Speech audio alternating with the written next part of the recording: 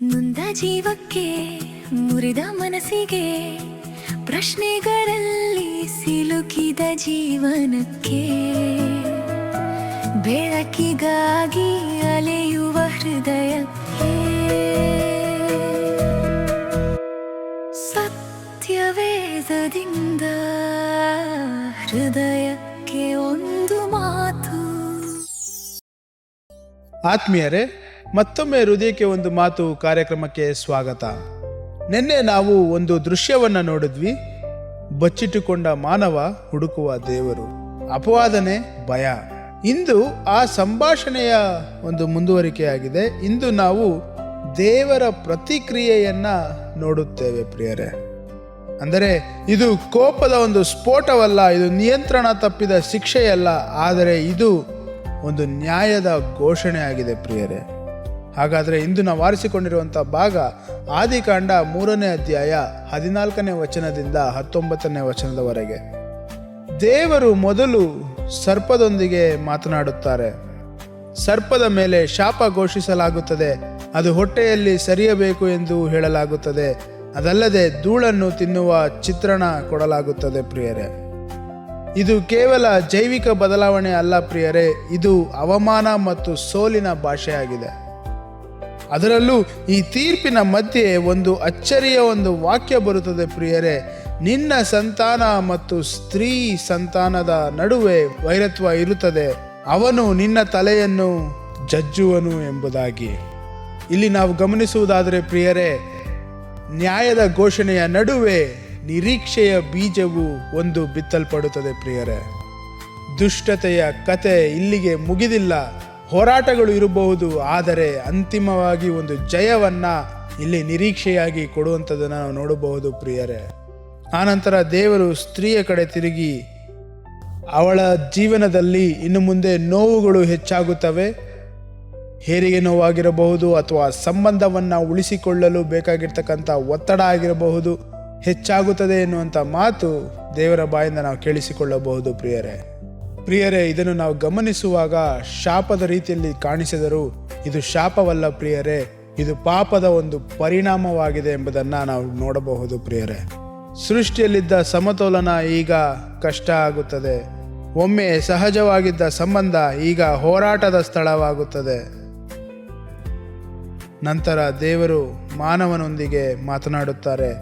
ಭೂಮಿ ಶಾಪಿತವಾಗುತ್ತದೆ, ಕೆಲಸ ಕಷ್ಟವಾಗುತ್ತದೆ, ಬೆವರು ಮೂಲಕ ಆಹಾರ, ಕಷ್ಟದ ಮೂಲಕ ಬದುಕು ಮಾನವನಿಗೆ ಬರುತ್ತದೆ ಪ್ರಿಯರೇ.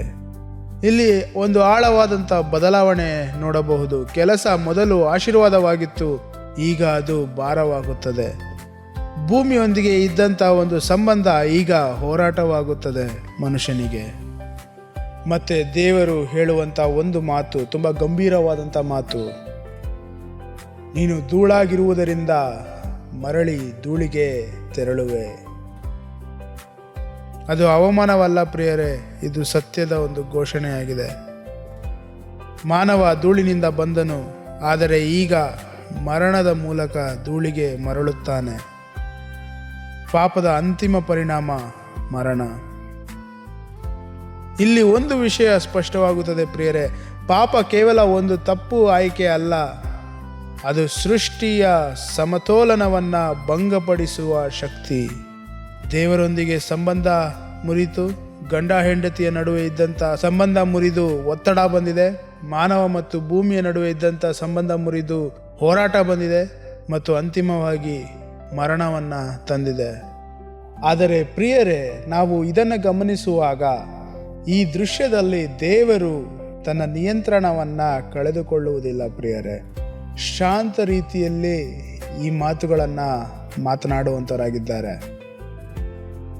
ಕರ್ತನು ನ್ಯಾಯವನ್ನು ಸ್ಪಷ್ಟವಾಗಿ ಮಾಡುತ್ತಾರೆ, ಶಾಂತವಾಗಿ ಮಾಡುತ್ತಾರೆ ಮತ್ತು ಸತ್ಯವಾಗಿ ಮಾಡುತ್ತಾರೆ ಪ್ರಿಯರೇ.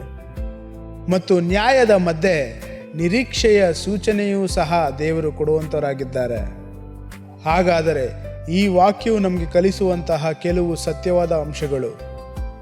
ಮೊದಲನೇದಾಗಿ, ದೇವರು ನ್ಯಾಯವನ್ನು ತರುವಂಥ ದೇವರಾಗಿದ್ದಾರೆ. ಪಾಪವು ನಿಜವಾದ ಪರಿಣಾಮಗಳನ್ನು ಉಂಟು ಮಾಡುತ್ತದೆ. ಮತ್ತು ಈ ಕತೆ ದೇವರ ನ್ಯಾಯದಲ್ಲಿ ಮುಗಿಯುವಂಥದ್ದಲ್ಲ, ನಿರೀಕ್ಷೆಯಲ್ಲಿ ಮುಗಿಯುವಂಥದ್ದಾಗಿದೆ ಪ್ರಿಯರೇ. ಇಂದಿನ ನಮ್ಮ ಜೀವನದಲ್ಲಿ ಇದನ್ನು ಹೇಗೆ ನೋಡಬಹುದು ಎಂಬುದನ್ನು ನೋಡುವಾಗ ನಾವು ಕೆಲವೊಮ್ಮೆ ಪಾಪವನ್ನು ಸಣ್ಣ ವಿಷಯವೆಂದು ತೆಗೆದುಕೊಳ್ಳುತ್ತೇವೆ. ಒಂದು ಚಿಕ್ಕ ಸುಳ್ಳು ತಾನೆ, ಅವರು ನನಗೆ ಮಾಡಿದ್ದಕ್ಕಿಂತ ನಾನು ಮಾಡುತ್ತಾ ಇರುವಂಥದ್ದು ಅಷ್ಟು ದೊಡ್ಡದೇನಲ್ಲ. ಪ್ರಿಯರೇ, ಪಾಪ ಸಣ್ಣದಾಗಿ ಕಾಣಿಸಿದರೂ ಪರಿಣಾಮಗಳು ತುಂಬ ದೊಡ್ಡದಾಗಿರುತ್ತದೆ ಪ್ರಿಯರೇ. ಈ ಪಾಠ ನಮಗೆ ಹೇಳುತ್ತದೆ ಪ್ರಿಯರೇ, ಪಾಪವು ಪರಿಣಾಮವಿಲ್ಲದೆ ಬರುವುದಿಲ್ಲ. ಅದು ಸಂಬಂಧಗಳನ್ನು ಮುರಿದು ಹಾಕುವಂಥದ್ದಾಗಿದೆ. ಅದು ಶಾಂತಿಯನ್ನು ಕೆಡಿಸುತ್ತದೆ, ಸಮಾಧಾನವನ್ನು ಕೆಡಿಸುತ್ತದೆ, ಅದಲ್ಲದೆ ಜೀವನದ ಸಮತೋಲನವನ್ನು ಕೆಡಿಸುವಂಥದ್ದಾಗಿದೆ ಪ್ರಿಯರೇ. ಆದರೆ ಇದು ಕೂಡ ಈ ಪಾಠ ನಮಗೆ ಹೇಳುವಂಥದ್ದಾಗಿದೆ, ದೇವರು ನ್ಯಾಯದ ದೇವರಾಗಿದ್ದರೂ ನಿರಾಶೆಯ ದೇವರಲ್ಲ ಪ್ರಿಯರೇ. ಹೊರತು ದೇವರು ನಿರೀಕ್ಷೆಯನ್ನು ಕೊಡುವಂತಹ ದೇವರಾಗಿದ್ದಾರೆ. ಮೊದಲ ಬಾರಿಗೆ ನ್ಯಾಯವು ನಿರೀಕ್ಷೆಯು ಒಟ್ಟಾಗಿ ಬರುತ್ತಾ ಇದೆ ಎಂಬುದನ್ನು ನಾವು ನೋಡಬಹುದು ಪ್ರಿಯರೇ. ಹಾಗಾದರೆ ಪ್ರಿಯರೇ, ನಾವು ಕೈಗೊಳ್ಳಬೇಕಾಗಿರುವಂತಹ ಆಜ್ಞೆ, ಪಾಪದ ಗಂಭೀರತೆಯನ್ನು ತಿಳಿದುಕೊಂಡು ಅದರ ಪರಿಣಾಮಗಳನ್ನು ನಿರ್ಲಕ್ಷಿಸದೆ ದೇವರ ನ್ಯಾಯವನ್ನು ಅರಿತು ವಿಧೇಯತೆಯಲ್ಲಿ ನಾವು ನಡೆಯೋಣ. ಇಂದು ನಾವು ಇದನ್ನು ನೆನಪಿಟ್ಟುಕೊಳ್ಳೋಣ ಪ್ರಿಯರೇ.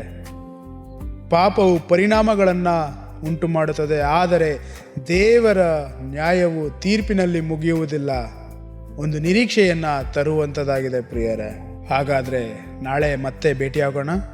ಅಲ್ಲಿಯವರೆಗೆ ದೇವರ ನ್ಯಾಯವು, ದೇವರ ನಿರೀಕ್ಷೆಯು ನಮ್ಮ ಜೀವಿತಗಳನ್ನು ನಡೆಸಲಿ. ಆಮೇನ್. ದುಂದ ಜೀವಕ್ಕೆ ಮುರಿದ ಮನಸ್ಸಿಗೆ ಬೆಳಕನ್ನು ಹುಡುಕುವ ಹೃದಯಕ್ಕೆ ಸತ್ಯವೇದದಿಂದ ಹೃದಯಕ್ಕೆ ಒಂದು